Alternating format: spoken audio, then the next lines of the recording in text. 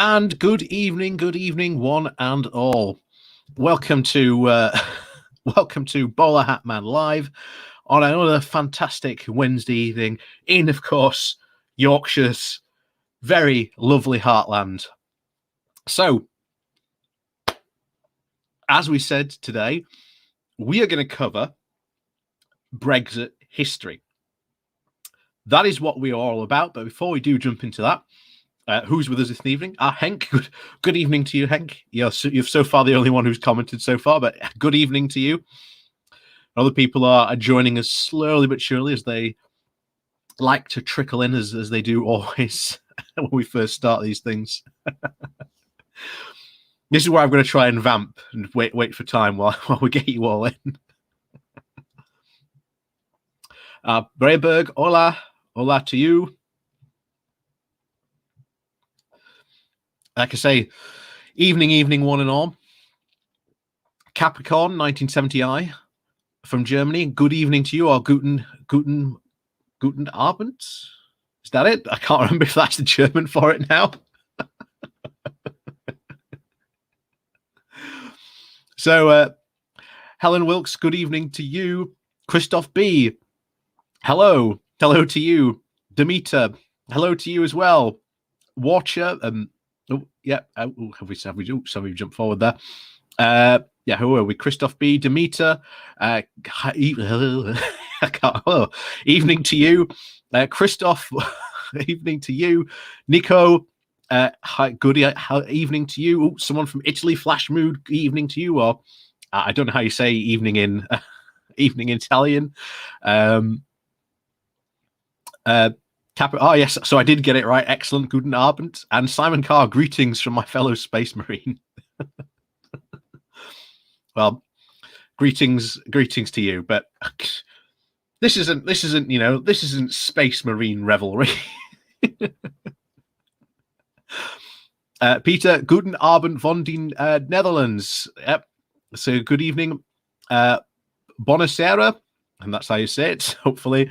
Buonasera. Yep, I'm getting it. Yeah, I've had it twice. Buonasera. So hopefully I'm saying it right again. Like I say, apparently I was told by my German teacher on good authority that apparently because I'm from Yorkshire, the German accent is meant to be the same as the German accent. How true that is, I don't know.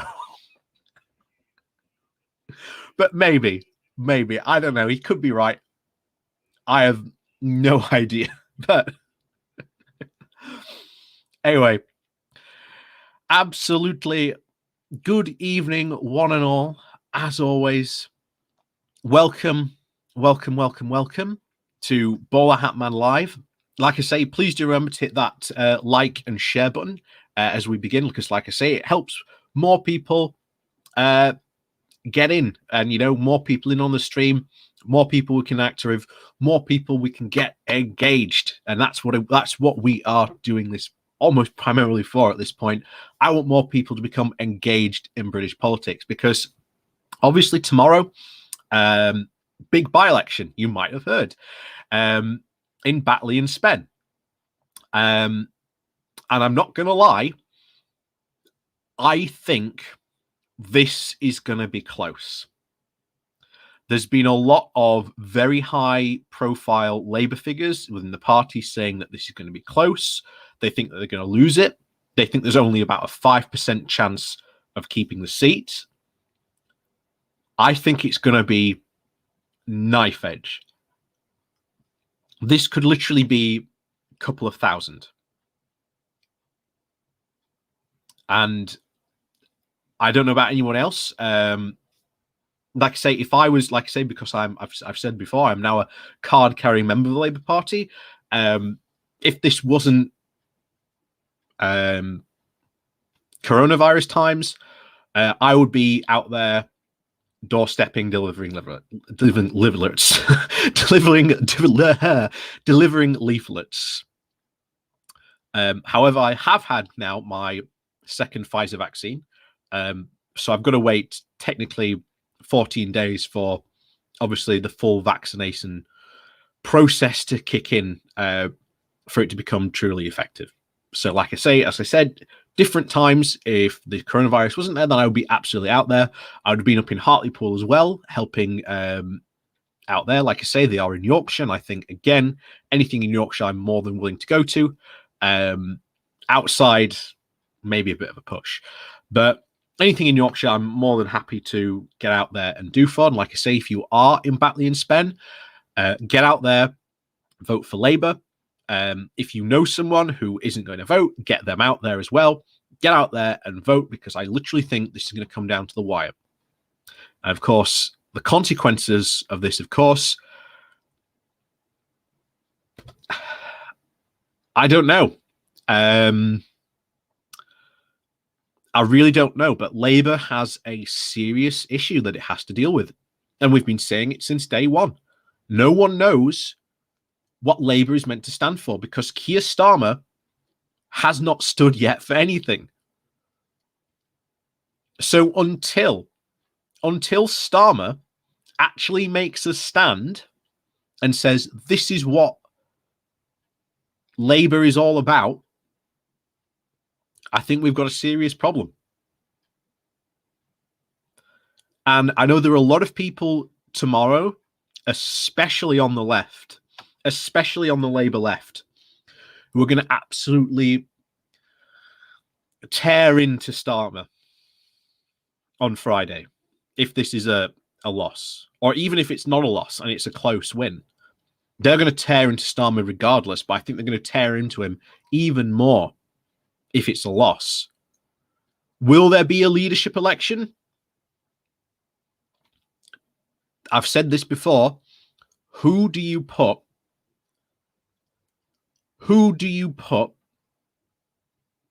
for leadership?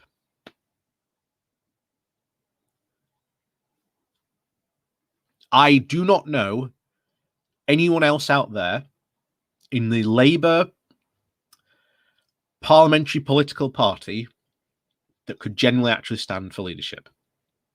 There's a couple of people talking about Angela Rayner, the deputy leader. Whether she will or not, we don't know, because she herself hasn't said.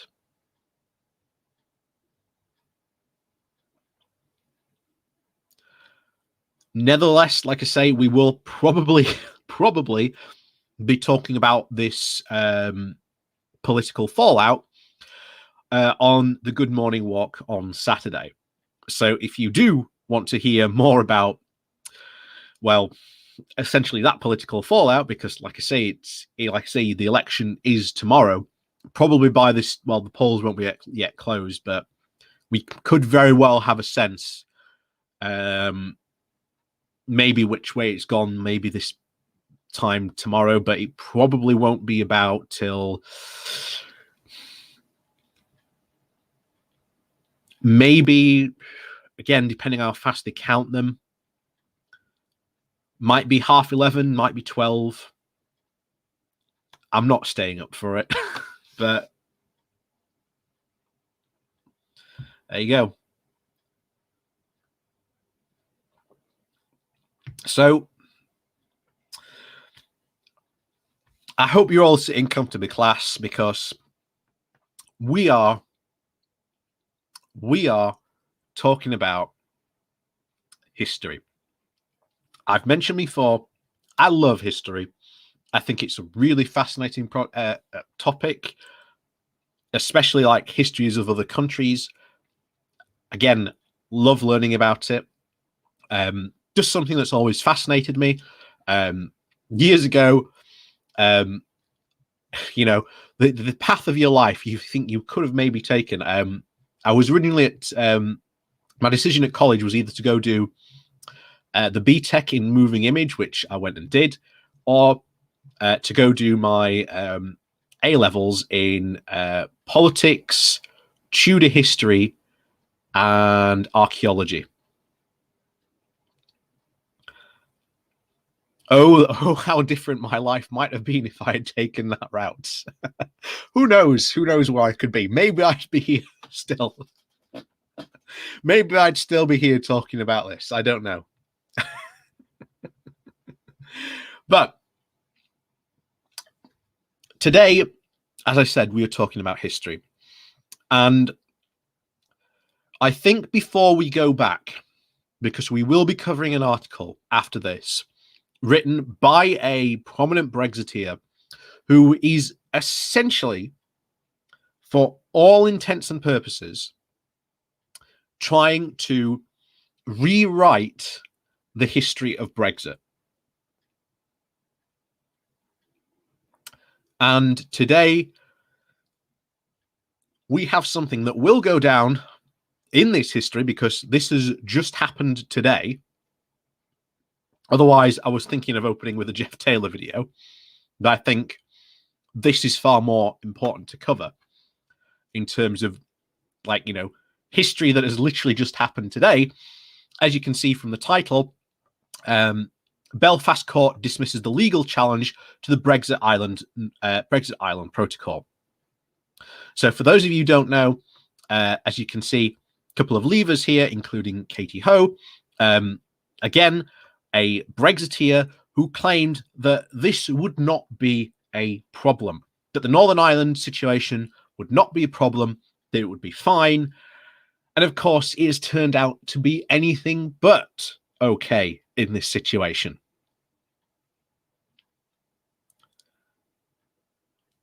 We have a very significant problem. And that, of course, to the Brexiteers is how do they solve the problem of Northern Ireland? And of course, I've said this thousands of times, join the single market and customs union. Simple, problem solved. But of course, we get the answer, well, if we did that, what would be the point of Brexit? To which my response is, what is the point of Brexit? The Brexiteers have not so far chosen to give us a point for what Brexit is. And what gets even more funny, before we jump into this article, is they used an over 200-year law, a 200-year law, to try and challenge this.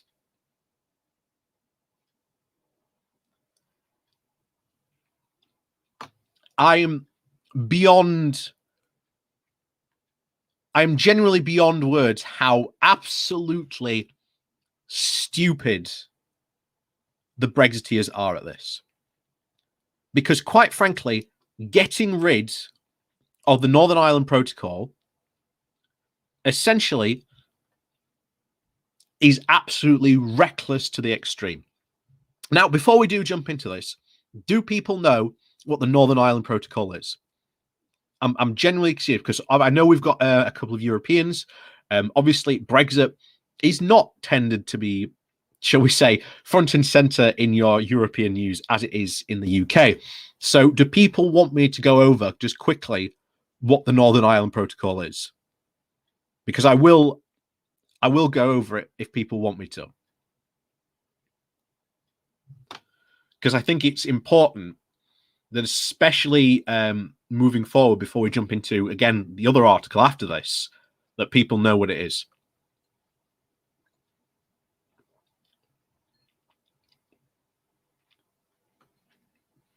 Yeah, I think you're right. I think you're right there, Shanks. So we'll go over it anyway. So briefly, what happened was the UK was in the European Union and it was in the single market and customs union. And essentially, when it was in that, we had what was called the Good Friday Agreement. And essentially, the Good Friday Agreement pretty much is one of the most successful peace agreements for solving sectarian violence in the world today, period. And essentially what that was is you had the Republicans who wanted to reunite all of Ireland into one country, and you had the Unionists who are essentially want to remain part of the United Kingdom. And again, there is a lot of history that goes back into that. Again, we'd be here probably for the rest of this, just talking about the Northern Ireland troubles and the problems over there. But essentially, those two groups pretty much spilled out into full-on sectarian violence. And And essentially, along comes the Good Friday Agreement, which pretty much solves this, because essentially it allowed the Republicans to feel that they were part of Ireland by essentially there not being a hard border. This was helped to be facilitated by the fact of having free movement of goods and people, namely the customs union and the single market. Essentially, it solved all the problems. It achieved its purpose, which was to create peace on the island of Ireland. Now, along comes Brexit. And as far as we were aware, we had Brexiteers saying only a fool talks about leaving the single market. But of course, what's happened? We've left the single market and customs union, meaning that essentially, because we have done that, there has to be a border somewhere. And because of the Good Friday Agreement, we have signed an international law that is agreed upon by pretty much the US to be an unbreakable thing, as well as the European Union to be an unbreakable thing. So we cannot put a hard border between the north of Ireland and the Republic. So because we've left the EU and the single market and customs union, there has to be a border somewhere. Unless we rejoin those two things. So the solution by the Brexiteers was to essentially create a border between the north of Ireland and the rest of the UK, and essentially put a sea border in the Irish Sea. That is essentially what the Northern Ireland Protocol is in a nutshell. So hopefully, if anyone doesn't know what the Northern Ireland Protocol, hopefully I've given you a good overview at least to what the Northern Ireland Protocol is. So, and like I say, this just broke today because Brexiteers, in their infinite wisdom, are trying desperately to try and get rid of the Northern Ireland Protocol, which essentially, solves this problem and keeps peace on the island of Ireland. To which their response has often been, well, Northern Ireland and the Northern Ireland border is not going to be a problem. That's just Project Fear. So let's go into this because, like I say, this did come out today. So, as we said, the Belfast court has dismissed a legal challenge to the Brexit Northern Ireland Protocol. So, the High Court in Belfast has thrown out a legal challenge to the Northern Ireland Brexit Protocol. The ruling is a setback for the applicants, including the Democratic Unionist Party, and a relief for the UK and EU negotiators who are planning to announce a package of new arrangements later on Wednesday aimed at taking the heat out of the dispute over the Brexit checks on goods crossing the Irish Sea from Great Britain to Northern Ireland. Of course, what they are talking about, of course, is the sausage wars. From what we've heard, the EU is giving us a 3-month lease on that. So essentially, in 3 months' time, we're going to be back to where we started. I kid you not, that is the situation that we are going to be in. The EU giving us this 3-month extra extension on the transportation of cold meats from the UK to Northern Ireland will continue fine for the next 3 months. And of course, then we're back to square one. So where are we now? So June. So if you think June, July, oh, sorry, yeah, oh no, sorry, yeah. So June, July, August. So September. So by September, we will be hearing the exact same arguments and potentially preparing for Sausage Wars Mark II Electric Boogaloo.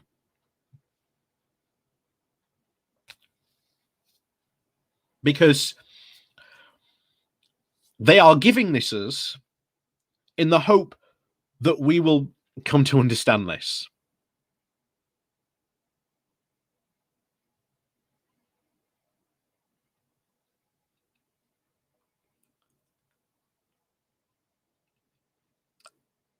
I am not confident that the UK is going to be in a position to actually do this.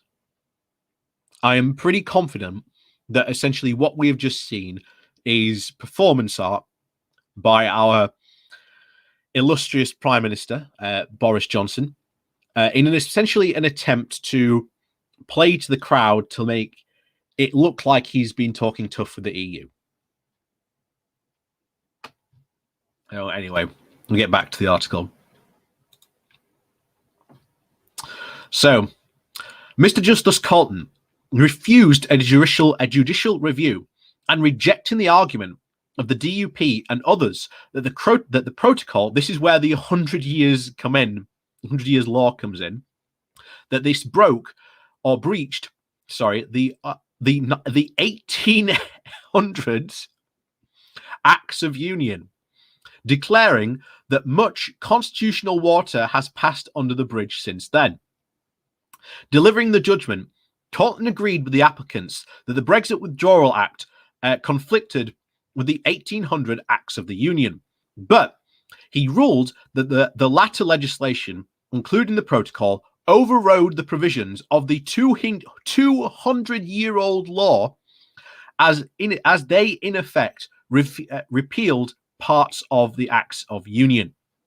He said that while the protocol conflicts with the Acts of Union, subsequent treaties such as the Withdrawal Agreement and with the EU were a prerogative power over which the courts had very little oversight.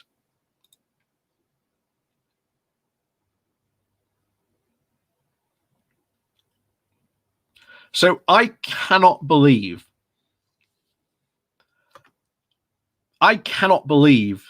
that they are trying to use a 200-year-old law at this point to try and justify getting rid of the Northern Ireland Protocol.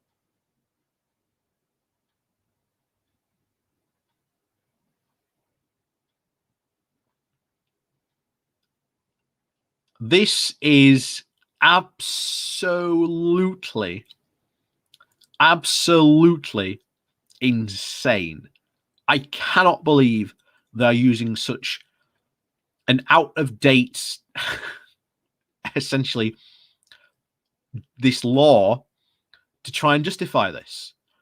And I've said to people hundreds, thousands of times in all the videos that I've done, Brexit is just a load of nonsense. But here we are.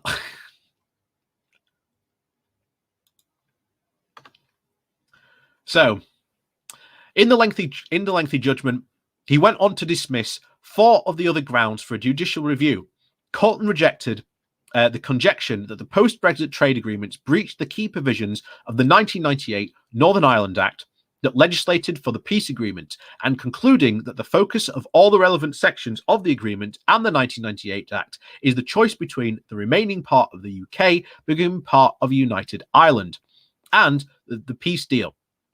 Significantly, Colton determined that I still can't believe they've gone back so far for this law.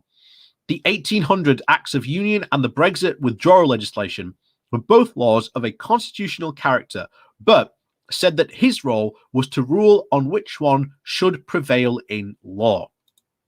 And essentially in the UK, pretty much like most other countries, which is why we have really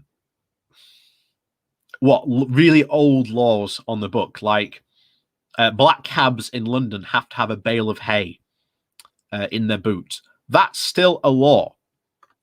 Like that is a law that is still technically in force in the UK, but of course it's not enforced because there are other laws which supersede that. Hence why I think they've desperately tried to show that the Northern Ireland Protocol has no legitimacy. Hence why they are reaching back over 200 years to do this. But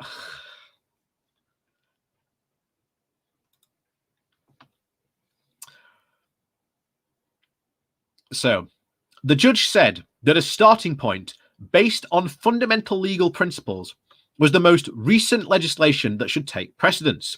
He said that there was no legal precedent whereby the Acts of Union had operated to, quote, nullify a subsequent act of Parliament, but there was capacity for implied repeal of statute with passing of latter laws. Concluding on that issue, he said that the Acts of 2018 and 2020, aka the Withdrawal Agreements Acts, have both been approved and implemented by the pursuant to or the express will of Parliament, and any tension within the Article 6 of the Acts of the Union should be resolved in favour of the agreements of the Acts of 2018 and 2020.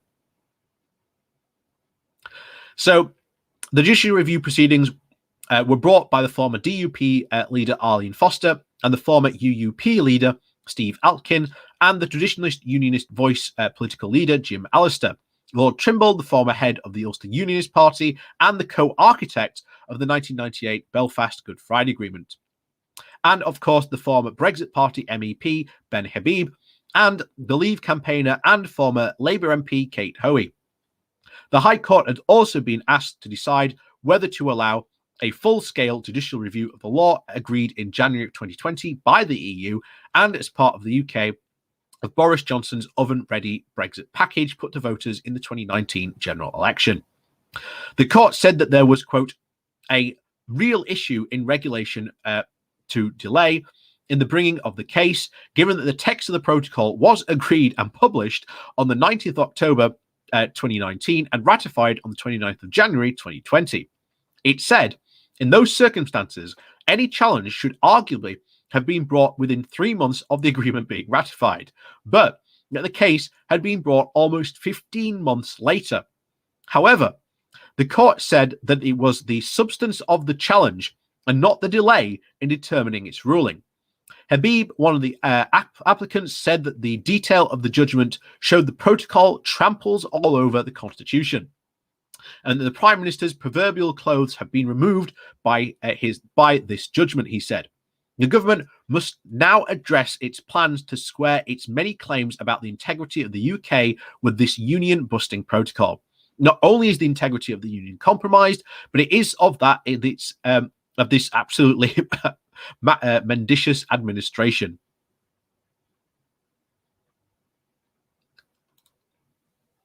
So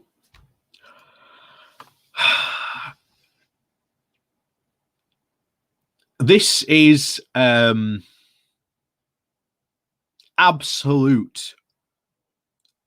madness, because we've said it once and we'll say it 1,000 times on this channel. If you do not want a border between, essentially in the Irish Sea, which is essentially what the Northern Ireland Protocol does, and you've got to have a hard border somewhere, because again, we're not in the customs union or single market. How on earth do you solve this problem?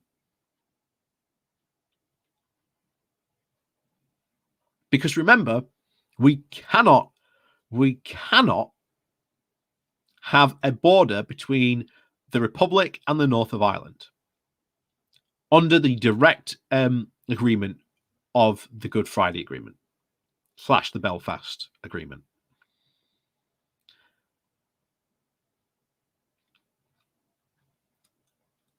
This is absolutely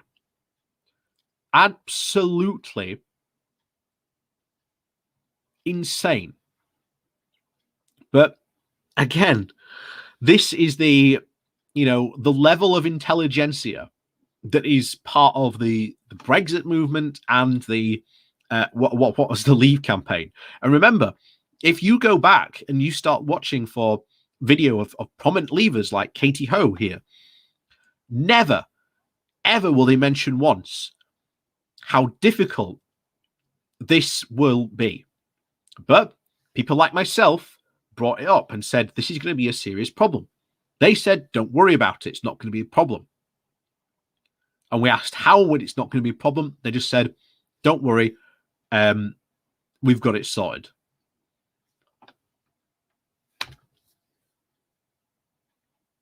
Remember, most of the Brexiteers at the beginning of this year voted in Parliament for the withdrawal agreement, which created this Northern Ireland Protocol.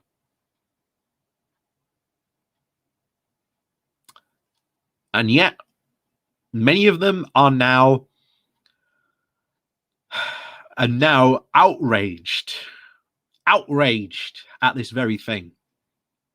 And remember, this argument was also what brought down Theresa May, because those very same Brexiteers that voted for this Northern Ireland Protocol were only a year ago to 2 years ago refusing to vote for Brexit because it had this in.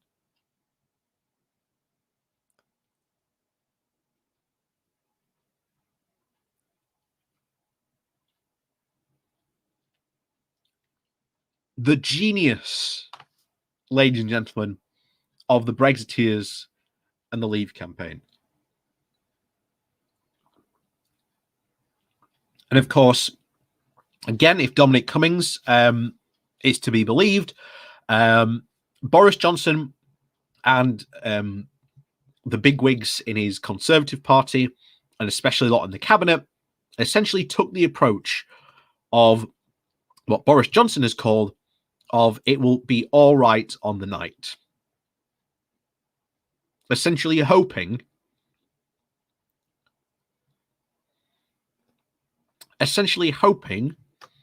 that it wouldn't be a problem.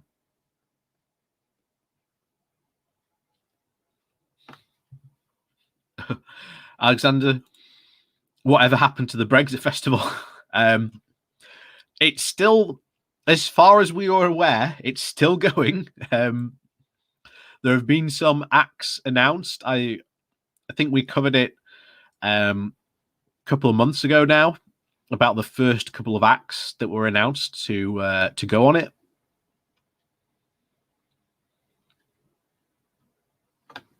So we'll have to see.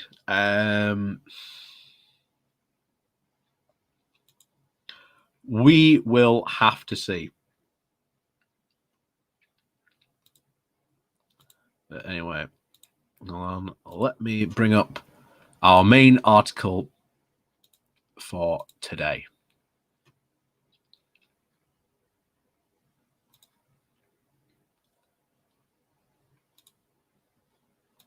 So, welcome everyone to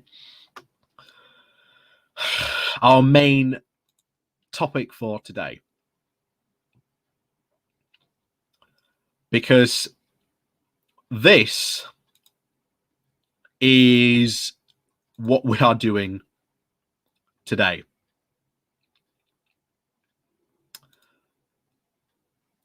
This article, as you can see, was written by Peter Lilly.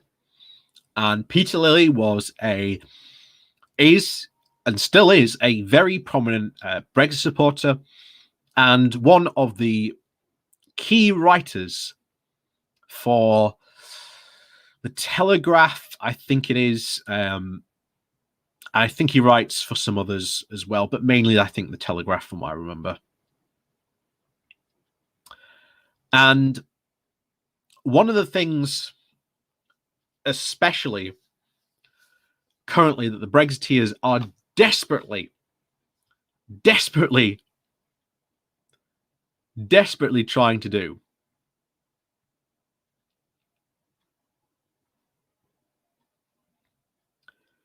is rewrite history. And we are actively trying to see. We are actively seeing in this article that very attempt to rewrite history right before us.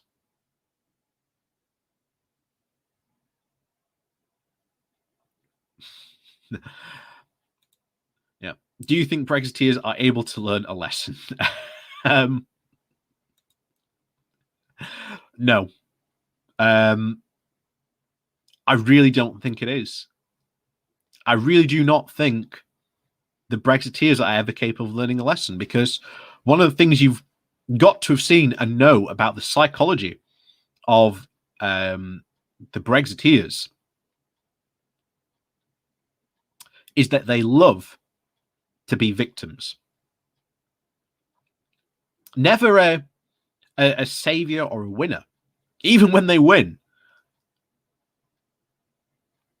Even when they win, they've got to be a victim somehow. They loved to be, even themselves, they love to be the betrayers, but never the betrayee.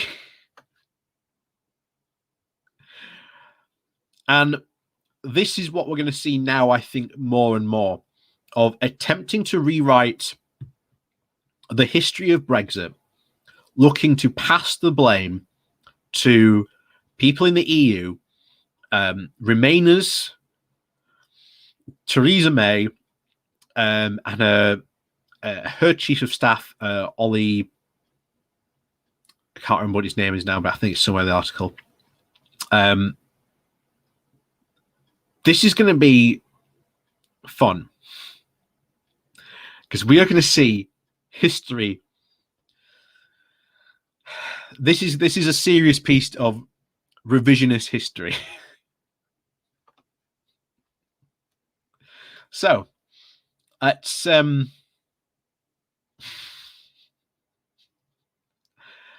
dive into this one then, shall we? So this comes from The Critic. I've never heard of it before. I actually saw this before, so I don't know anything about The Critic, but I'm sure people will tell me. So the title is the Autonomy of a Miserable Deal. Barnier's secret journal should interest British readers due to the insights on whether the UK could have negotiated a better deal. First things first. Barnier did not have a secret journal. Barnier kept a journal during his time being chief Brexit negotiator, which have now been published. So much for it being a secret. Again,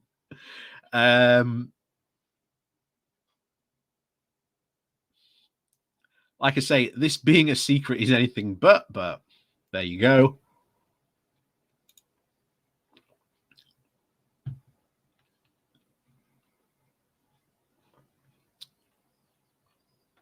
So let me just check that we've got it all, because I haven't actually checked.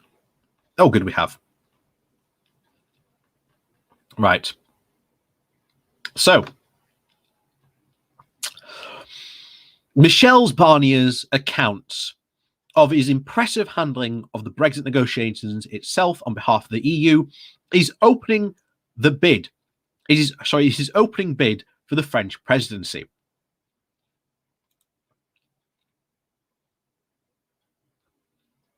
Michel Barnier is a good negotiator. I don't know what his chances are on winning the French presidency.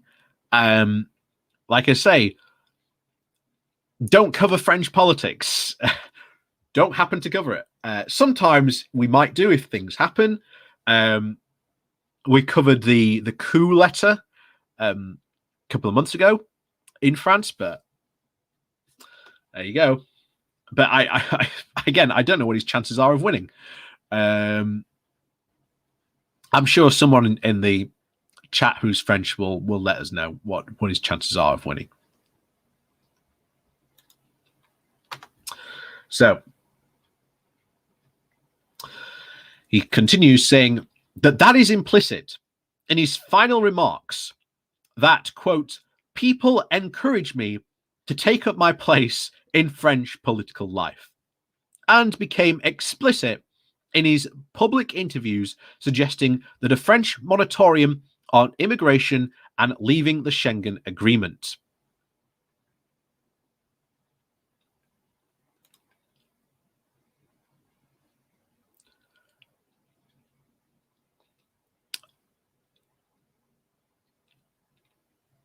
I don't think France is going to leave the Schengen area anytime soon. I'm quite certain on that.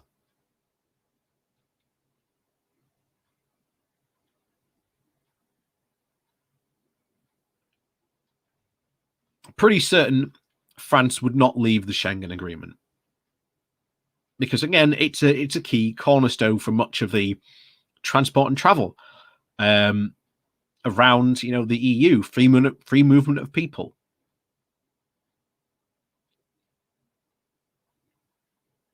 And like I say, bearing in mind that Le Pen has recently failed to win what is considered to be a very important French seat, she got absolutely trounced in it. Don't think the far right in France have that much of a chance. And that, to be honest, that's a good thing. I've said it before, I wish that the British people were as about 10%,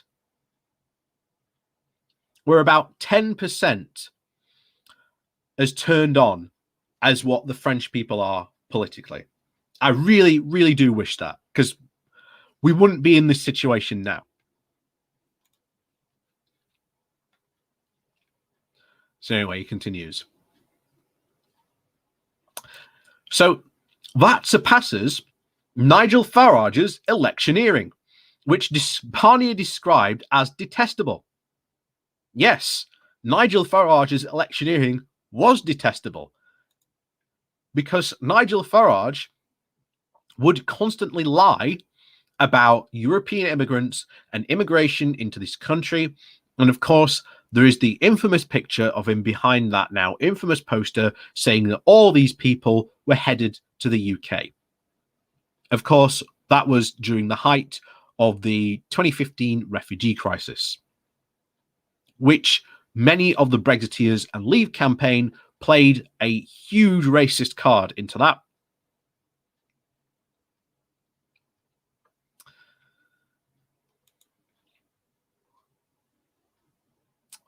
So, continues with, but what should interest British readers is the insights in his, quote, secret journal provides about whether the UK could have negotiated a better deal.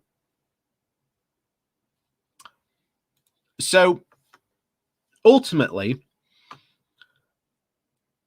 yes, Britain could have negotiated a better deal. We could have stayed in the single market and customs union. That was what Leave, one of their positions, Leave, was that they campaigned for. Not only that, we had the best deal in the EU. And as someone just said, David Cameron had the best deal and he walked away from it. We had the best deal in the entire EU. To say that the reason why we enacted Brexit was because of immigration is completely wrong. We enacted Brexit because there was an internal split in the Conservative Party, and David Cameron wanted to try and essentially put it to rest. And of course, he lost that referendum and he failed miserably. Even at the referendum, Michael Gove and Boris Johnson talked more about David Cameron's failed Conservative leadership than they actually did about the consequences of leaving the European Union. And like I say, a lot of people very foolishly voted leave as an anti-elite vote, not realizing the implications it would have to the UK and their lives going forward.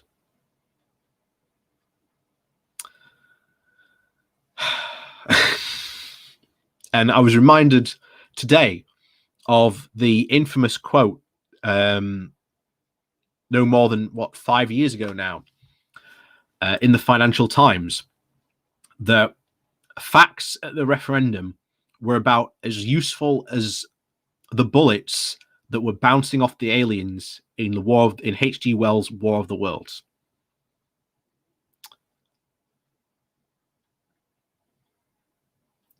Sets it up quite nicely, I think. Sets it up very, very quite nicely, I think, there.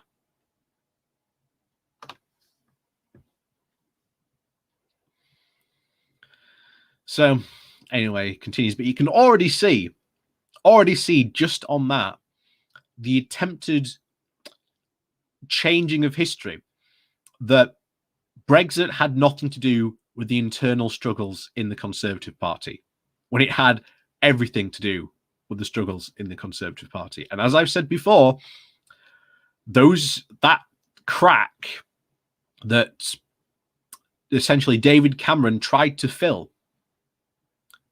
is, I think, what will swallow Boris Johnson whole. I think we'll look back on this time, maybe in a couple of months, who knows, and think, wow, didn't Johnson used to have complete control and trust and authority of the Tory party?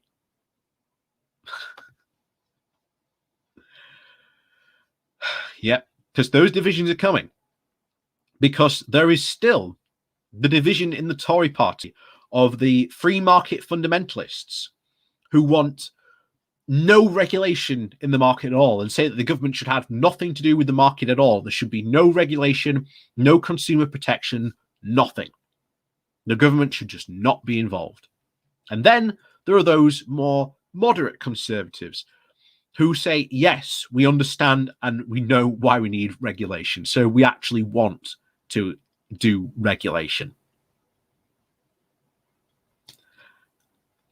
And thus, the fight, the civil war, the coming civil war in the Tory party is going to be something quite big when it happens, because it is coming.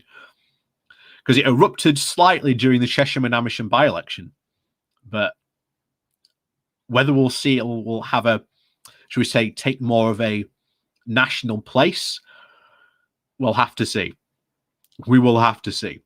But anyway. So anyway, he continues. So the Brexit negotiations were doubly unique, he said. First, in normal negotiations, both sides seek a win-win outcome, since to get a good deal means offering the other party a good deal, which also helps subsequent cooperation. But the EU's overriding priority was to discourage others from emulating Brexit.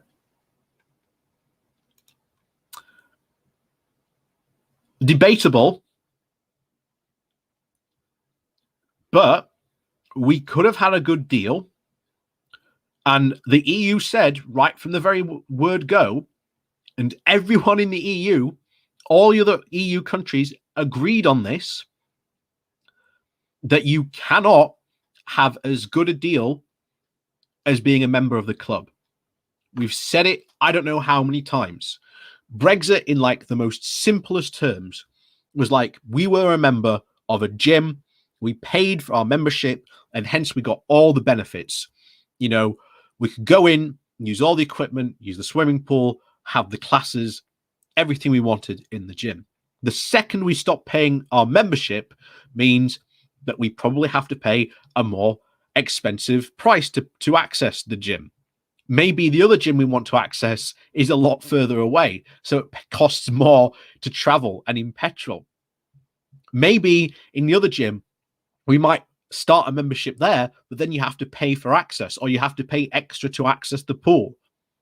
It was just never going to be as good as having full access to the EU's gym.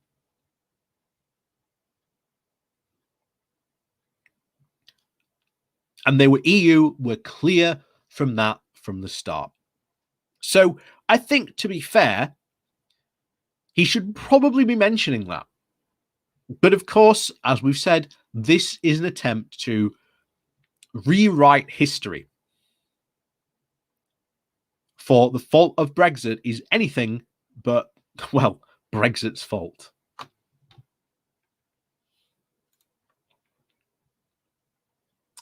So it was more important than Britain be seen to get a bad deal than the EU get the optimum economic outcome.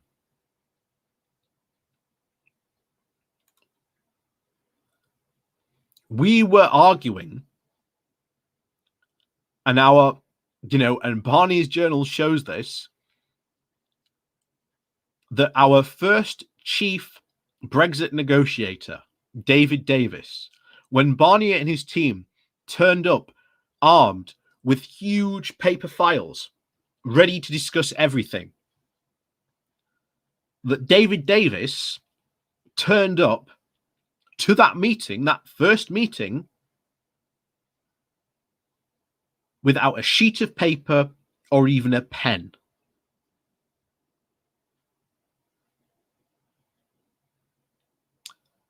Who was more serious about those negotiations?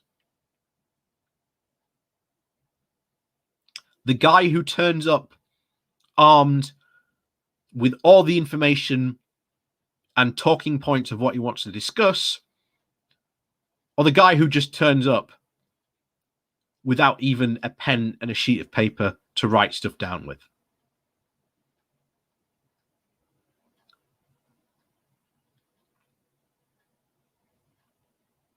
And that was like the first meeting they had, Michel Barnier and David Davis. That was like the first meeting. So instantly, you'd think that if you were seriously talking about Britain getting a bad deal, or at least trying in a way to get a better deal, or a good deal at least, you'd think in the slightest you might mention about how a negotiating team was going in with pure fantasy, that we'd drunk our own Brexit Kool-Aid, believing that we were going to have all the same privileged access we had to the EU and there would be no downsides. That after all, remember, on that first day, we hold all the cards, said one Michael Gove.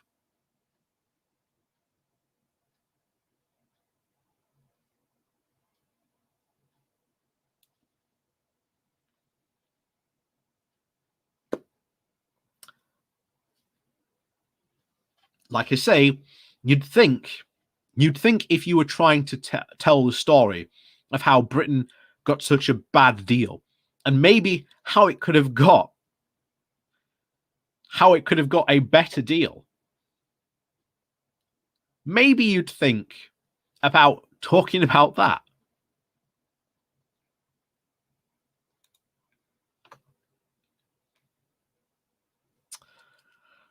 So anyway, he goes on. So Barnier quotes President Hollande saying, "There must be a threat, a risk, a price to pay for leaving the EU. And it's not just that there is a threat, there is a risk, and there is a price to pay. So he is right. You're simply not in the club anymore. You don't have the same level of access. It's as simple as that. This is what we were warning of and saying would happen since 2016. And of course, we were dismissed as, oh, that's just Project Fear. Of course,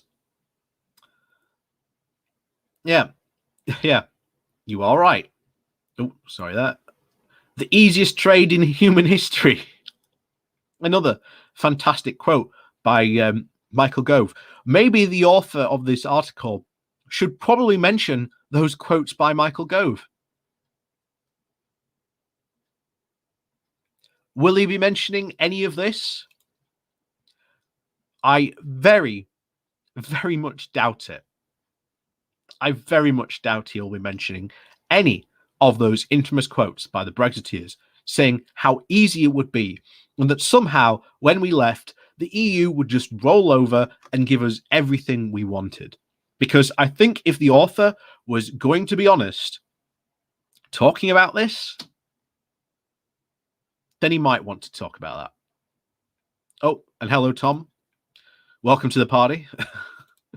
Welcome to the history lesson. Take a seat at the back. Verit will give you a pen and paper. There will be a test after this. So pay attention. Oh. So anyway, he continues. So there was never any chance of Britain getting a win-win deal that Theresa May wanted. Well, actually, Theresa May did have a deal that she wanted. It would have been a lot softer Brexit, meaning that we would follow a lot of the same customs rules that the EU would follow and implement. Of course, the Brexiteers despaired against this and say that we would only get this, that this would be BNO, Brexit in name only. And of course, what proceeded to happen, and I'm sure that the author of this piece is going to be honest enough to talk about the coup that the Brexiteers passed and that they could have got. Because I'll tell you now, the deal that Theresa May had was a heck of a lot better.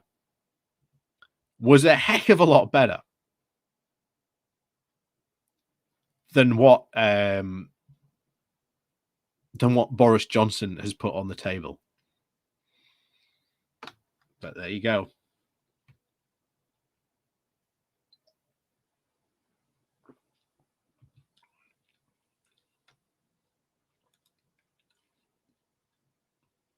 So,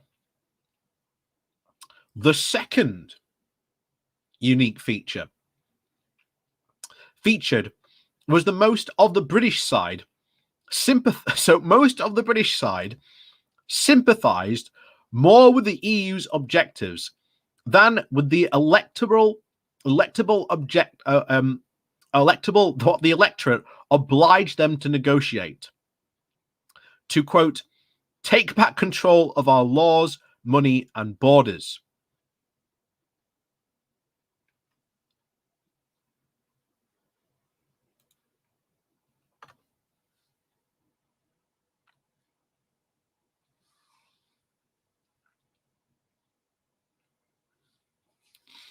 David Davis was the first Brexit negotiator. He resigned because he didn't like the deal that he negotiated. That was very quickly followed by Michael Gove, I think it was, then Dominic Raab. Then 2019 happened, and Boris Johnson put David Frost in charge of negotiations. There has not been anyone who was not a Brexiteer who was not in charge of the negotiations. Not only that, to say that they had an electorate to oblige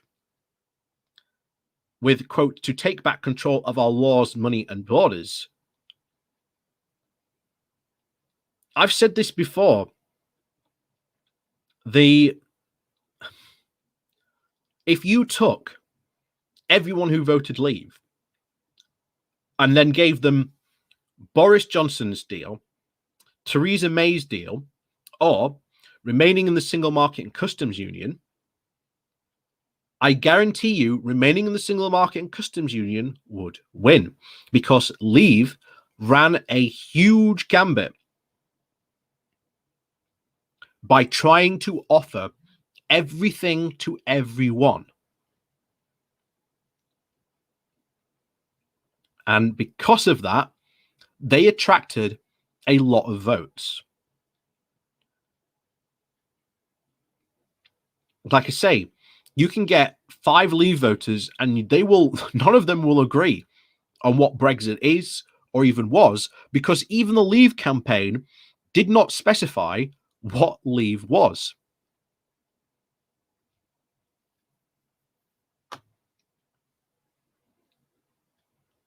Oh, thank you very much, David Falconer. So from 2010 to 2019, the Tories only had a small majorities or coalitions. So they were what some were kept in check. The 80-seat majority they have now is frightening. They will destroy the UK. Yep.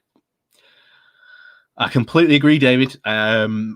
It's very frightening. But like I say, at the next election, Boris is walking a very, very, very small, thin wire, because he's got his new northern constituencies to play to, and he's also got his traditional Tory base. And the more he plays to his new northern seats, the more he loses his southern seats. So there's my theory is that maybe the next general election, we end up with another hung parliament. And I couldn't say who makes up that coalition, but we'll have to see. We will have to see. But nevertheless, it could be very interesting. And like I say, the next election's only 3 years away. So that's going to come around very quickly indeed.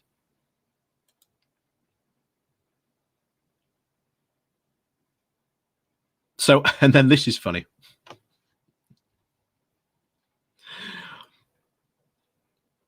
So it was inevitable, unquote, and why I long opposed a referendum.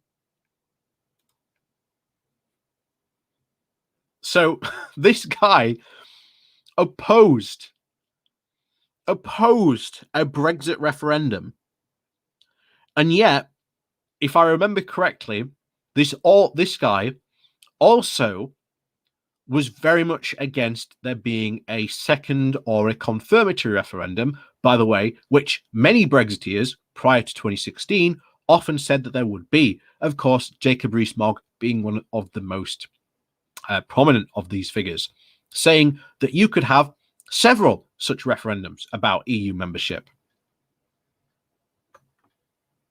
And of course, Brexit only happened essentially on a swing of, on a majority, shall we say, of 2%. That is nothing. That is nothing. David Cameron, if he had had a spine, essentially, would have just said, okay, the public have spoken. It was a 2% victory for leave. I'm not doing it. He would have gotten some flack. Yeah, absolutely, he would have gotten some flack. But we wouldn't have won. But we wouldn't be in this position now. Or what he could have done, and this again would have been, I wouldn't have been happy with it, but I think we'd be in a lot better position, is he could have gone, I've heard people's complaints about it, about the EU. So, okay, we are going to leave the EU politically, and we are going to remain in the single market and customs union. After all, that was a position that the Leave campaign took. So, again, maybe you'd think this guy, if he's talking about us getting a bad deal, might want to mention the fact that the Leave campaign and the Brexiteers had absolutely no idea what Brexit was back in 2016.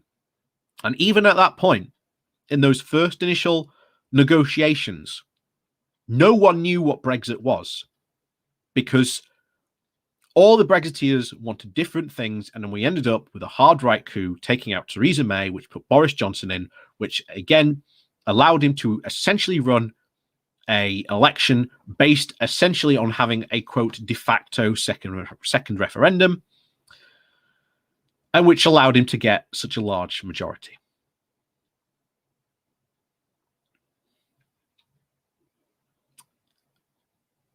Again, politics is a weird thing, but it's very, very important. It's very, very important, people. Very important. So, and it was, quote, inevitable that he said, why he long opposed a referendum, that if voted rejected the government's advice, government should have the bizarre duty to implement it. Plus, most MPs and virtually the whole civil service opposed. So why did we do it then? And again, if this guy's being honest and he's giving us an accurate view of what Brexit is meant to be, should he have not also mentioned that the Brexit referendum was an advisory referendum?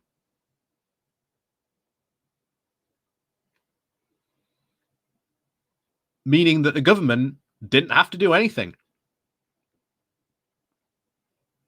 Essentially, David Cameron held the referendum to try and unite his party, failed when, well, I'm not sorting out this mess, and then left. And we'll get on to what happened next, because he's going to mention it later.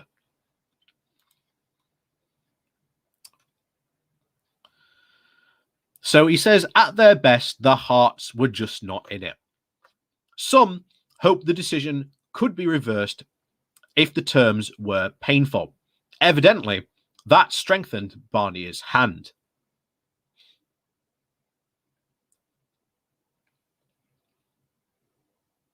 How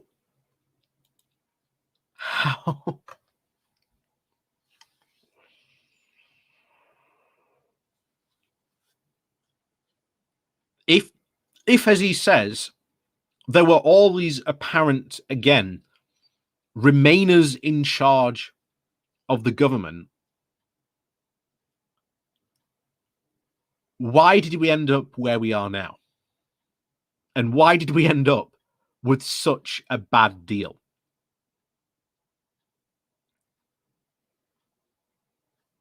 You know, surely you would have had that second referendum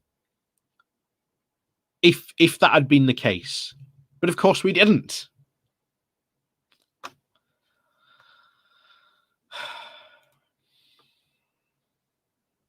So then, of course, Theresa May, influenced by her then advisor Nick Timothy, initially called for a, quote, clean Brexit, of leaving the single market, customs union, European Court of Jurisdiction, and, quote, ending vassal financial contributions. Which, again, were, again, absolutely ridiculous, because we were anything but making vast financial contributions to the EU. In fact, again, one of the most successful sayings we had at the referendum for leave was that for every pound we spent to the EU, we got 10 back. And that is a pretty damn good deal. And I'm going to prove this now because I've just seen Dude in the chat. So, Dude, for every pound you give me, and I gave you 10 back, would you take that deal? I'm asking Dude right now in the chat if you take that deal. So for every pound he gave me, I'd give him 10 back.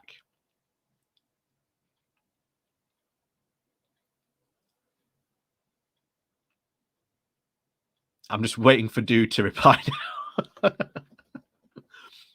But I think, to be honest, and we'll wait for Dude to reply, but I think, to be honest, any of you, if I came up to you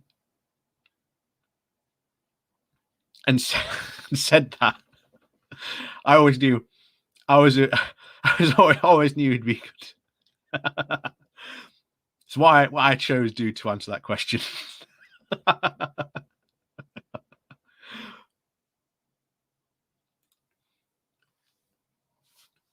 But yeah, there is not a person in this chat who, if I came up to them and said, give me £1 and I'll give you 10 back, there is no person at all that would refuse that. It's an incredible deal. It's an incredible offer. And again, it gave us access to being in the single market and customs union.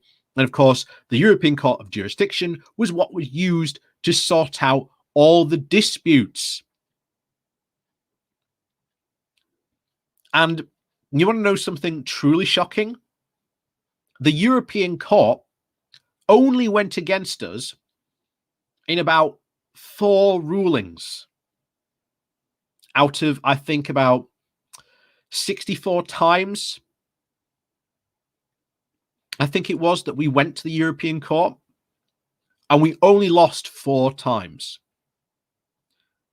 So 60 wins out of 4 losses. That's a pretty good average. That's a pretty good win-loss ratio. But if you talk to any of the Brexit supporters out here on the streets, they will act as if, the European Court has been, trouncing all over British civil society and taking our rights away left, right, and centre. But of course, nothing of the sort was happening. Nothing of the sort was happening.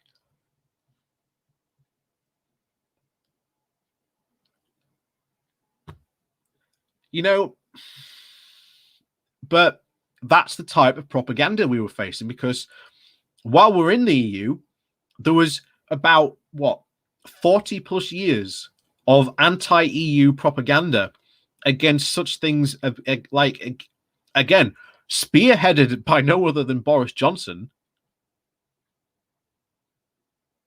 of him saying that the EU wanted to get rid of prawn cocktail crisps. Again, the EU never did that because, well, prominently, for one way or another, no prime minister or even no MP, for some, I don't know, unknown, God knows what reason, was that they came in and went, oh yeah, the EU is actually good for Britain to be in. Didn't really mention that. Sad, but true. And we are in that position today because of that.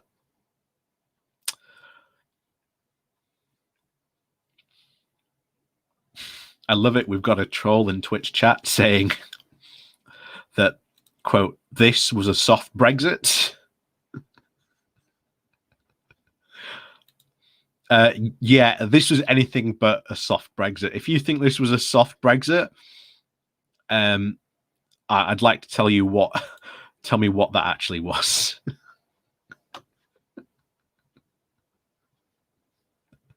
But anyway, let's continue with this revisionist history.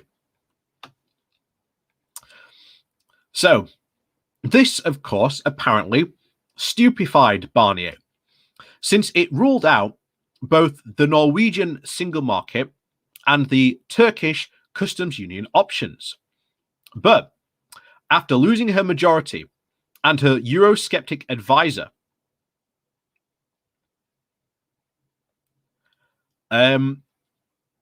first of all, again, to my knowledge, Nick Timothy, again, was a Eurosceptic. But then much of her other advisors and cabinet officials were also very Eurosceptical. And again, if Brexiteers want to say that, you know, Brexit worked and that apparently the Conservative Party wanted the hardest possible Brexit, which again is debatable because again they put Theresa May in charge, who, if you remember, at that time was put forward as being the best of both worlds, being someone who could unite both Remainers and Leavers to get a good deal. Bear in mind, she's already set out her stall to leave the customs union, the single market, European Court of Justice.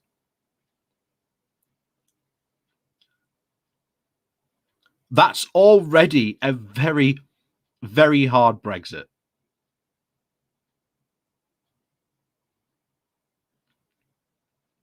You ain't gonna get someone who is, harder for Brexit than that.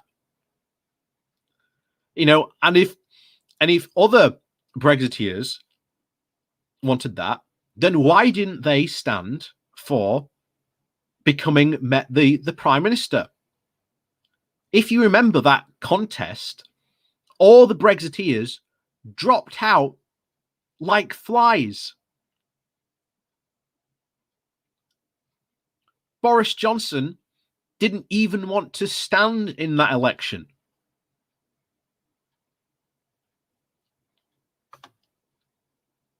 And there were other leavers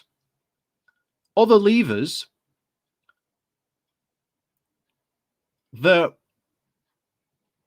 ran and then dropped out.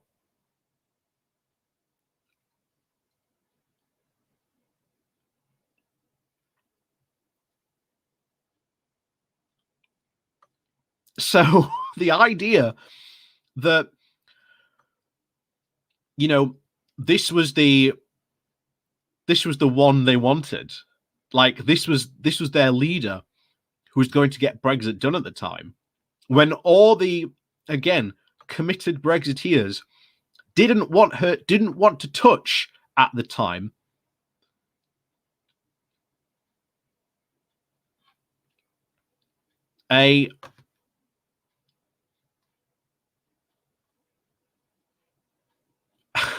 didn't want to touch her job, essentially, with a 10-foot barge pole, because she was essentially used as a sacrificial lamb, so that, again, everyone could blame the failings of Brexit on her, because they all knew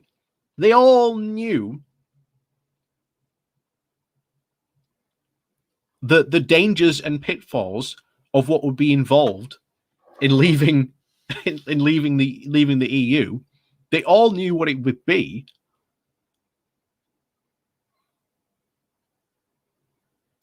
And even now, there is very deep suspicion among a lot of us, and myself included, that a lot of the Brexiteers and a lot of the people in the Conservative Party are really worried that their base, their traditional Tory base, did not want to leave the European and single market, the customs union single market.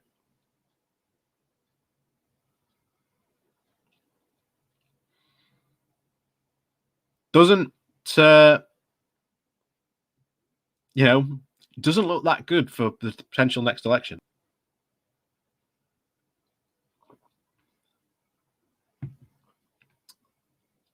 So anyway, we'll continue with this. So obviously, ruling out the Norwegian, Turkish, the single market and customs union options. But obviously, after losing her Eurosceptic advisor, Mrs. May was left in the hands of her officials. She was steered through a U-turn to accept both customs union and single market under the backstop in her ill-fated withdrawal agreement. Because as we discussed the beginning of this, you cannot leave the European Union, leave the single market and the customs union without there being a hard border. And the backstop was created so that this would solve the Northern Ireland problem. Now, of course, Brexiteers said, and even Boris Johnson said, and then he went on to do it, that he would never, ever put a border down the Irish Sea. And somehow, again, a solution that we have still yet to see, even though they say that apparently we can get rid of, the Northern Ireland Protocol and somehow keep the Good Friday Agreement intact is complete nonsense. It's mental. It really is. But this is where we are. Because you've got to have a hard border. If you leave the customs union and single market, you've got to have a hard border. And we can't have a hard border between the North of Ireland and the Republic of Ireland because of the Good Friday Agreement. It is written in to that with international law.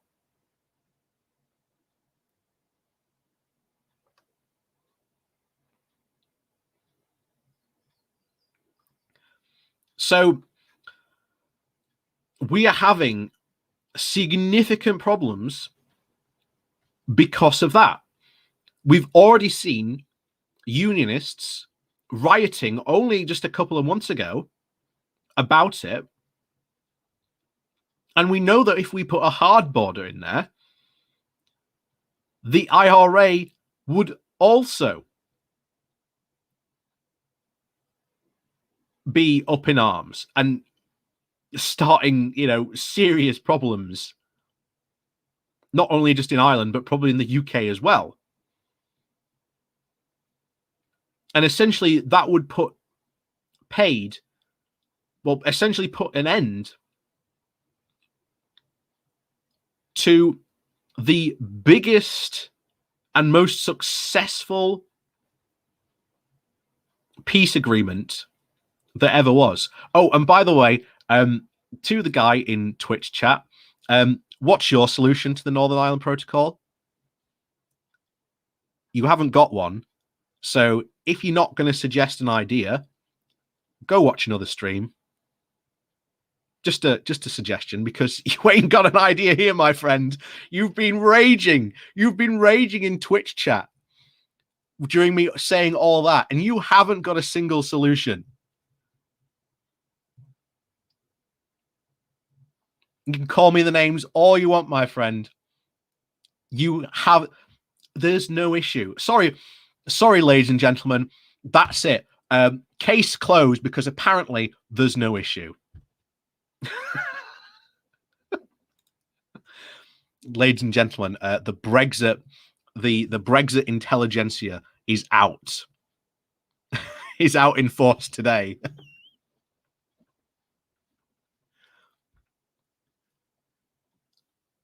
But so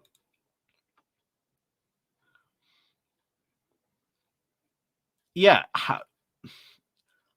Brexiteers have not come up with a solution how we would solve that. Because you've got to have a customs border.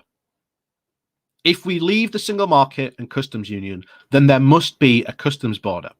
And we cannot have one between the North of Ireland and the Republic. And I will say that again and again and again, because it is true. And unless the Brexiteers have a solution, which again, they have not mentioned, they have not even bothered to put it in,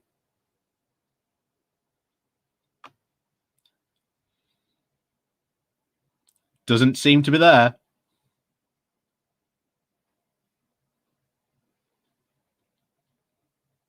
So again, there's no sorry, my friend, you're going. Sorry, but with a comment like that, that's just...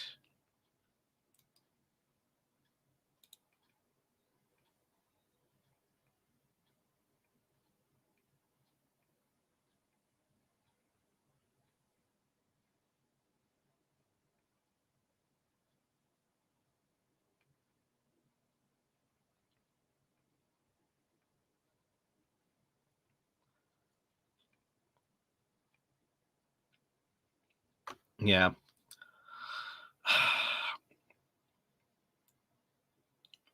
You see, you haven't even bothered to suggest a solution.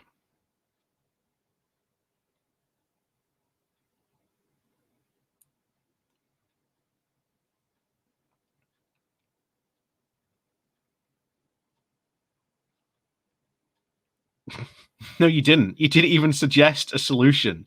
You've just said apparently there would be that this just isn't an issue and it should all just work out. I'm just not even going to waste any more time on you, because I'm sorry, you're pointless at this point. You've got no solution to this. So anyway, so the backstop with an ill-fated withdrawal agreement. So Theresa May has always preferred working with officials rather than her fellow MPs.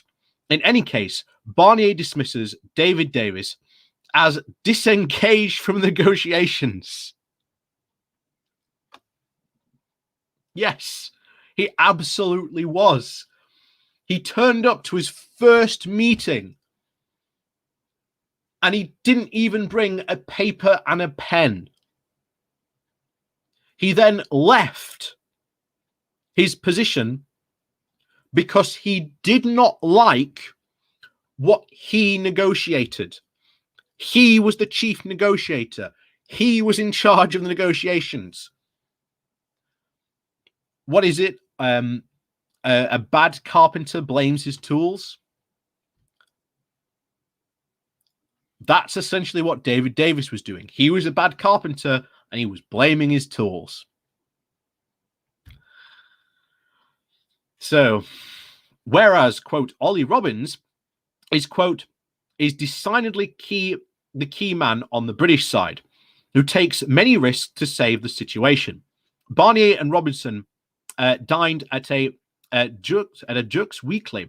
Not a word on their discussion gets into this, quote, secret journal.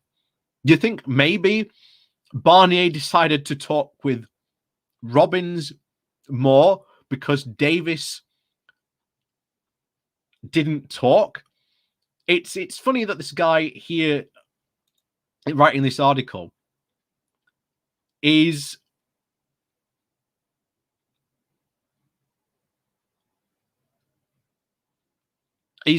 like that.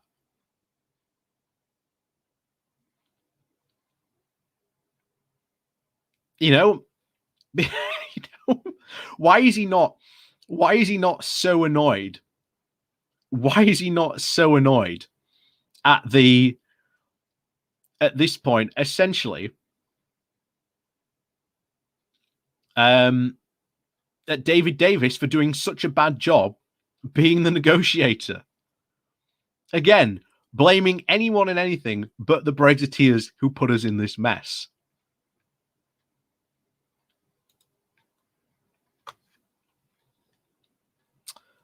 So whatever the complexity between the British and EU officials, ultimate responsibility lies with our elected politicians. Collectively blinded by apathy to Brexit, They failed to recognise that the EU's priority was to make the UK pay a heavy price rather than to maximise EU trade and prosperity.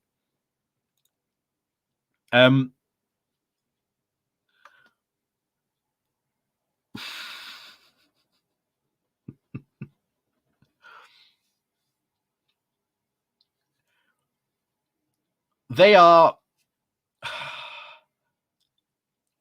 completely and utterly ridiculous in this, because the EU said it right plainly from the start. You will not get as good a deal as you have now if you leave the EU. You cannot cherry pick what you like and what you don't.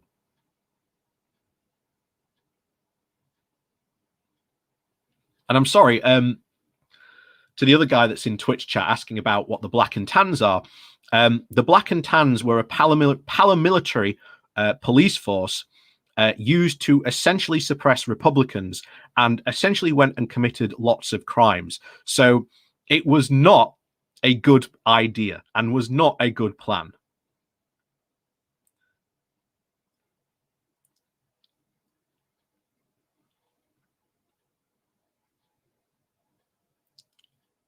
They were an absolutely awful police force, and many of them committed crimes, and which many of them still have not been charged for and gone after. So, yeah, get your. I'm just putting you right on those facts there that you got.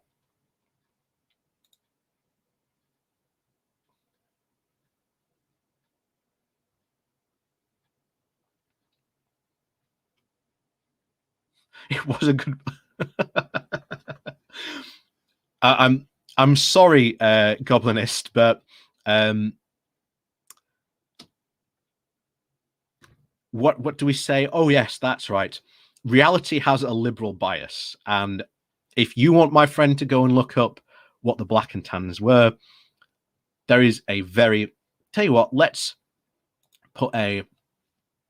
No, I'm not even going to bother because I'm entertaining you too much, to be honest. If you want to know what the Black and Tans are, go and look them up. They were not a good organization. They were not a good plan. They were involved in a lot of crimes in Northern Ireland. They were just not good all around.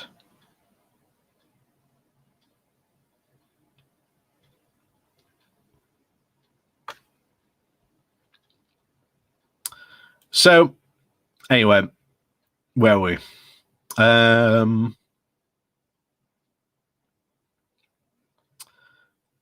Thus, Britain offered concessions, vainly hoping that they would evoke reciprocity.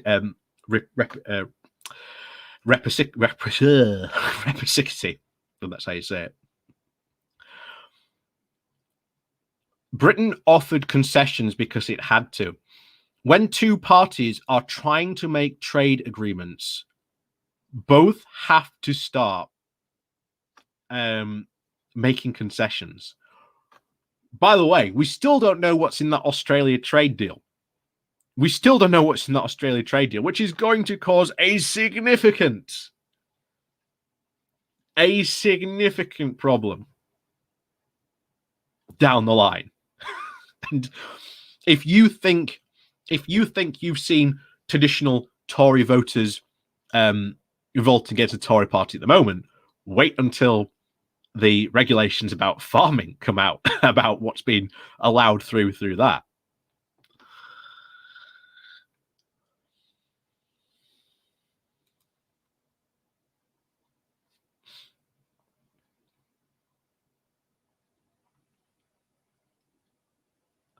So,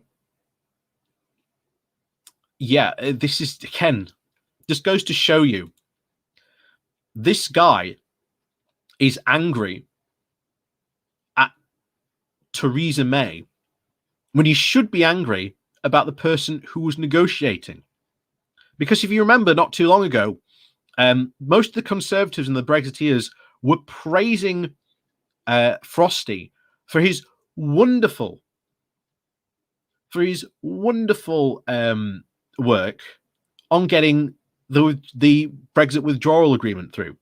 and the amazing negotiation that he got that, and was rewarded with a peerage, becoming Lord Frost.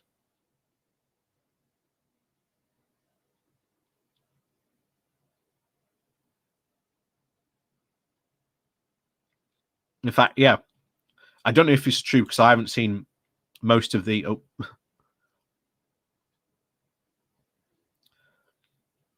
I don't know if that's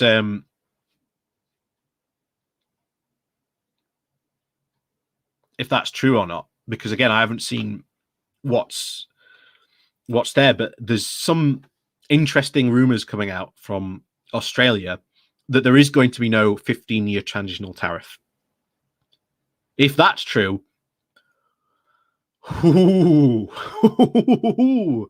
yeah, that's going to be fun. And then, of course, talking about joining the Pacific Partnership. What leverage does the UK have to joining and persuading the Republic, not those other countries, for setting acceptable terms that would benefit UK exporters at the expense of their own domestic producers? What leverage do we have? We've got nothing. And someone here, question. That's a good one, actually.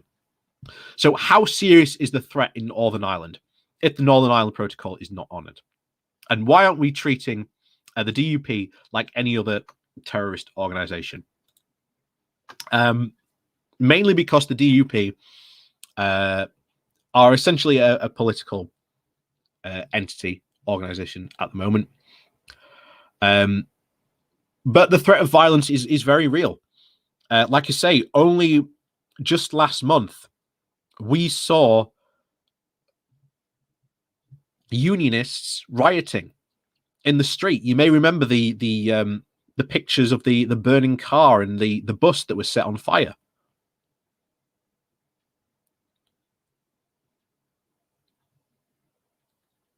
So the threat of violence is there. It's there. It's real. It's a very real threat. How likely? Well, given last month, very likely. And the unionists are incredibly annoyed about the Northern Ireland Protocol. You know, I think that it's very likely that Northern Ireland will end up rejoining Ireland and becoming a full country. I think that is very, very likely. I read today in the Irish Times that they think that's becoming more and more likely, and that a discussion not only in the Republic but more discussions like that are also taking place in the north of Ireland, because hey, Northern Ireland voted to remain in the European Union.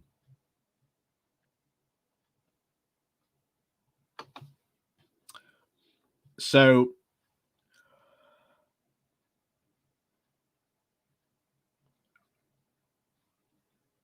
we've got some serious problems. I mean, I'm not old enough to remember the Troubles, but I remember the tail end of the Troubles because I was born in 89. So I remember the situation where school children were being pelted with stones on their way to school because they had to pass, I think it was through Republican children had to pass through a unionist area. And of course, this was constant trouble.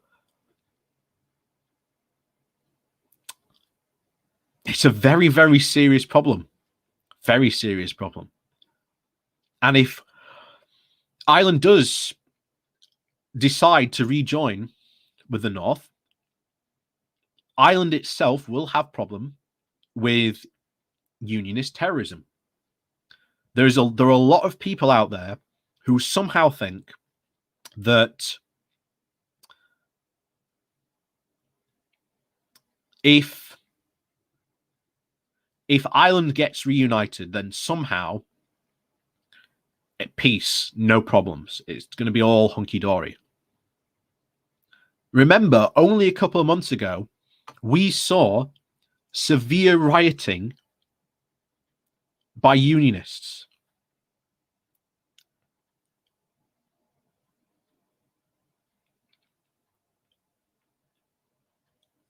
So while, again, it would be good to see a united Ireland, the idea that there is not, that it is going to be peace all around and peace solved,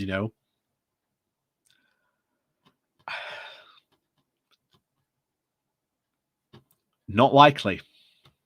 Not likely at all. And like I say, how do you solve the situation? We've had it solved since 1998.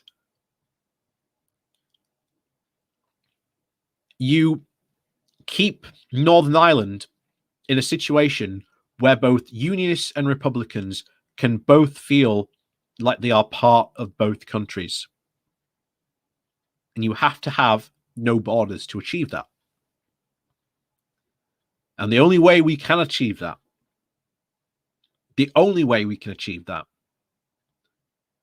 is by rejoining the customs union and the single market. And you get Brexiteers spouting absolutely ridiculous stuff like Katie Hoey, pushing for Ireland to leave the European Union.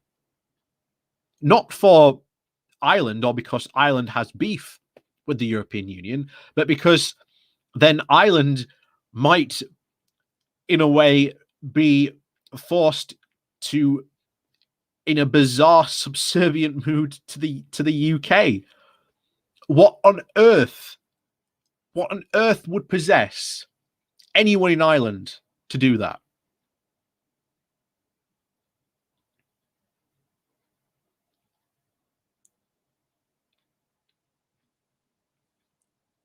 It's sheer madness that the Brexiteers are engaging in. Absolute sheer madness. It's unrealistic idea after unrealistic idea based on a fantasy, based on imperial nostalgia. Anyway, we'll continue with this. So, what is striking about Barnier's account is whereas he justifies his position in terms of underlying principles, the UK, before David Frost took over, seems never seriously to have challenged those principles nor offered a coherent rationale for our position. So that's the first time he's actually blaming David Frost for that. So actually, no, he is blaming David Davis, but not David Frost, who got this bad deal that he's complaining about in the first place. So maybe officials realized that the more firmly our position was based on principles, the harder it would be to persuade ministers to shift towards the EU position. The EU position would be, well, you're a third country now, which, for all intents and purposes, we are.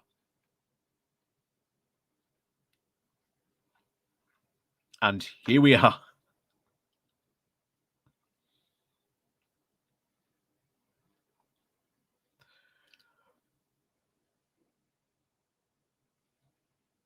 It's an insane position, but I tell people, like I say, I know we've got lots of like Europeans and non-people from the UK in chat, and you're probably thinking, what madness is going on in this country? Like I say, if you're from the US, congratulations, you've got rid of, Donald Trump. Yeah, he's still going to cause problems, and yeah, we know about his, August date that he's telling people he's going to be like reintroduced as president, which he's going to, again, like I say, January 6th riots. that could cause a serious problem over there in the US. But we still have these people in charge because, again, a lot of our public are still convinced that they voted for Brexit because the Brexiteers told them that voting that way would make their lives better. It is in no way going to make their lives better. It's going to make their lives worse.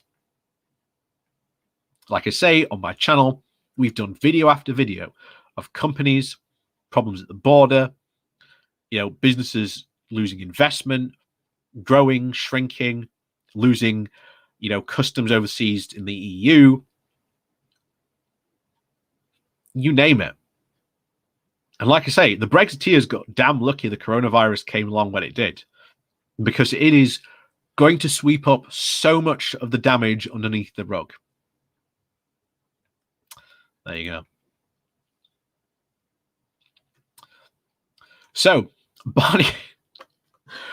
Barnier's first success was to control the timetable by insisting the UK negotiate the divorce terms, aka the withdrawal agreement, before we could negotiate our priority or a trade agreement.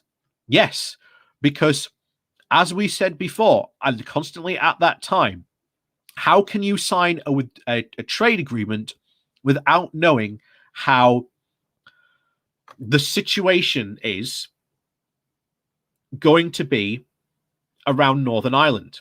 We want to know what the terms are going to be around that first.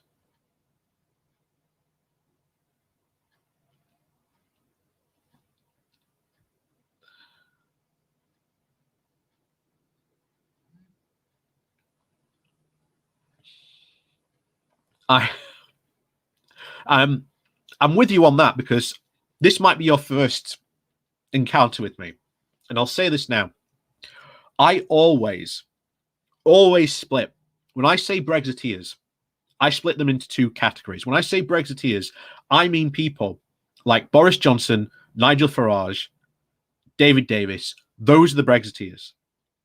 When I say Brexit supporter, those who I mean, the people on the street who voted for Brexit. Now there is, because again, I live in a town which was in the top 5 voting for Brexit. I think we were something like 80% leave, 20% remain. Again, quite a high percentage. The people on the streets were lied to.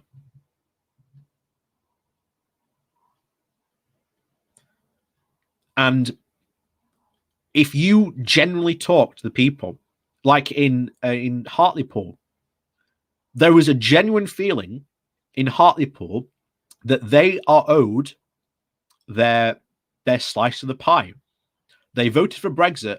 They want their slice of the pie now. What happens when, like I say, if you talk to the average Brexit voter, they were insistent that they voted for Brexit because they were told it would make their lives better. There is going to be a serious anger boiling over point when people realize that voting for Brexit was not the silver bullet they were promised.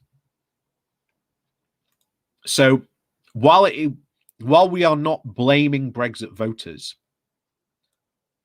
there is a serious need to actually address people who, again, voted for Brexit and make them understand that they were lied to, and that the problems caused, again, supposedly by the EU, were not the problems caused by the EU.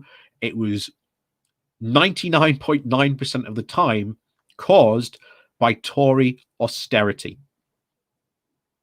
And until they realize that the only way to actually make their lives better is to get rid of the Tories and vote them out, we ain't.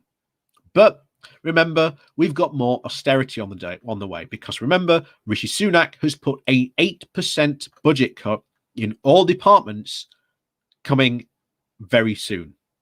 We know that's coming. That's more austerity. And again, Boris Johnson has promised all this apparent money for levelling up. We know that's going to be false, because his southern Tories, and he's far more at the moment, shall we say, sitting parliamentary MPs, are very, very fiscally conservative. And they're not going to want to spend that money. They are not going to vote to spend that money. Hence, there is going to be yet another split in the Tory party.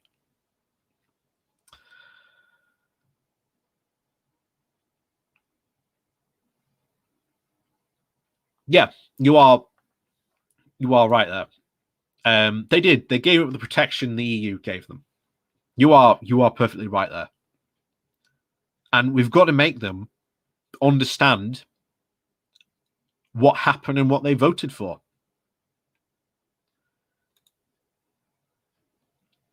And it is going to be hard. It's not going to be easy. I don't think it's going to take a generation, like you're saying. I think that because of the way that the Brexiteers talked about Brexit, they all said it in very, very simple terms of, when we vote for Brexit, your life will improve. As soon as we leave, your life should immediately improve. It's going to blossom. It's going to sprout into joy and, so much presence. Hasn't turned out that way.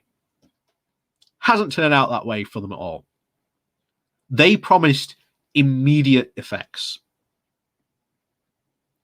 And again, if you again live in the north, or you hear some of the journalists talking about in Hartlepool, they all 100% want full-on benefits now, not later. They voted for Brexit. They want their reward. And if not, there is going to be a very serious anger against the Brexiteers. And like I say, the next general election is going to be very, very interesting, north and south. I'm thinking hung parliament, to be honest. I'm very, very much thinking hung parliament. But anyway, we'll get back to this. So, it goes on to say, how long have we got on this?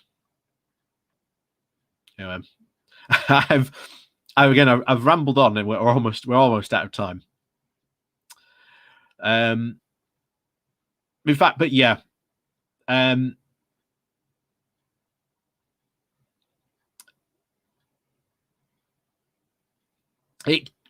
like I say, you can go and read the full article for yourself, but like I say, we've run out of time today.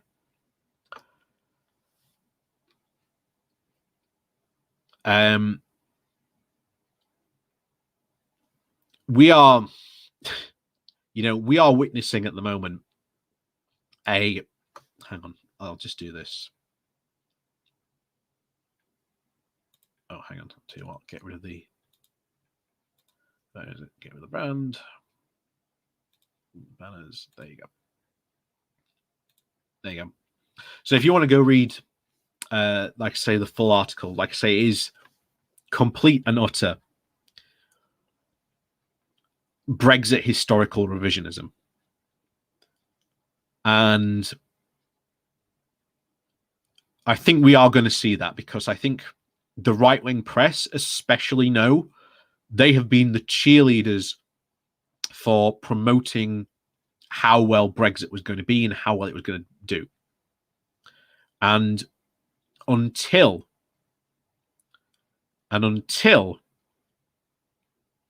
that happens, I mean, even the press are going to be very hard to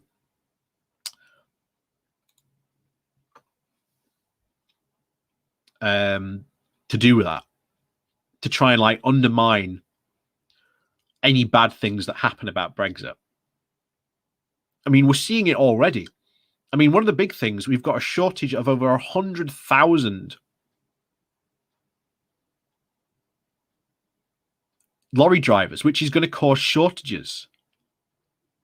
We're seeing talks about wanting to get the army involved to try and cover that shortage. We've got farmers complaining about shortage of pickers. We've got our fishing industry. Again, one of the things that Brexit was meant to sort out has been absolutely crippled. Farming is about to be crippled because their seasons are starting to kick in. They've got the planting seasons at the moment and picking of fruit and vegetables. Can't even get enough pickers to come and pick the fruit.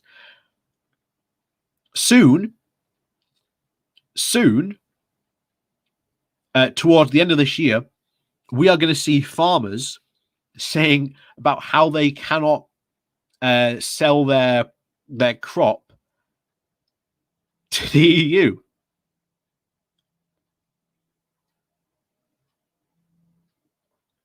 You know, there was another article that I'm thinking of going over today because I did oh my word, I'm not going to say the company, but I did a stint, a very short stint with a company that was involved in selling motorcycle parts, helping out with their marketing. And I remember the guy was on a phone call with a guy from Ireland saying that he was desperate. This was back in November. Yeah, end of November, beginning of December, that he wanted to get that part over to Ireland as soon as possible to avoid all the Brexit, customs nonsense. And the guy who's the boss waved it off, said, there's not going to be a problem. Not going to be a problem. And I'm like, I'm sat there working away on his marketing plan. I'm going, like that, not saying a word. Not saying a word, but yeah, he's going to have so many problems now, and he's going to lose so much business. But I'm not crying over spilt milk. Like I say, I gave him the marketing plan after he wrote it.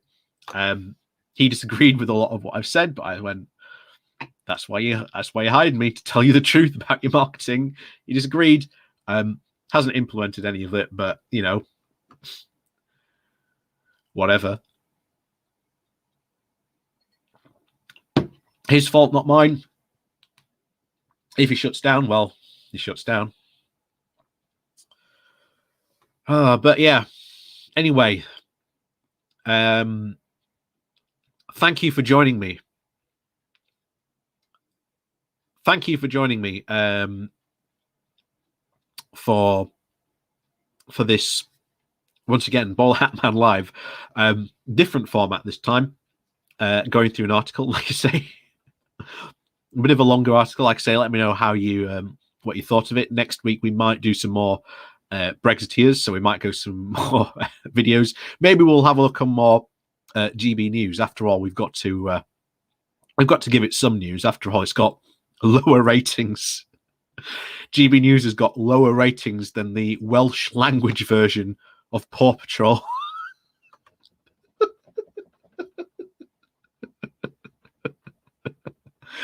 So yeah, like I say, as always, thank you so much for joining us. Like I say, we are now broadcasting as well live on YouTube, as well on Twitch at the same time. So if you would like to, as they say, do the things that you got to do, hit the like and subscribe button, then you'll be able to see more of these, or come over to the YouTube page and hit those, or Twitch page, or whatever. Do that stuff you got to do. I noticed someone said that they missed when I'd started streaming. Well, if you want a notification of whenever I go live on YouTube, then you've got to hit that bell. You've got to hit that bell next to the subscribe button. That will give you a notification every time that I go live. So, and if you would like to support the channel in a different way, then there are links to my Patreon page below, or there's the one-off donation link called Buy Me a Coffee, where you can, buy me a coffee. And, thank you very much to all the people who do that. There is also the YouTube memberships are now also open. So if you have joined and are a YouTube member, you will get unique emojis that you can use in the live chat today. In fact, can I use them from here? I don't think I can. No, I can't. I'm in StreamYard at the moment, so I can't use it. But yeah, that's us done for today. Like I say, thank you everyone for coming and watching. Like I say, I will be doing the Saturday morning Good Morning Walk. We will probably be talking about what happened in Batley and Spen. Like I say, I do not think that is going to be good, especially when you've got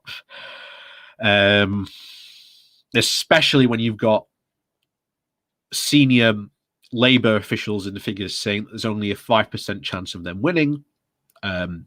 He's not going to be good. Like I say, there is going to be fallout. It's not going to be good, but there's going to be fallout. We'll probably end up discussing that on the Saturday morning Good Morning Walk. So, like I say, if you want to get a notification of that, then, like I say, please do hit that bell icon on the YouTube channel. And as always, like I say, thank you everyone for joining us, and we'll see you all next time. So.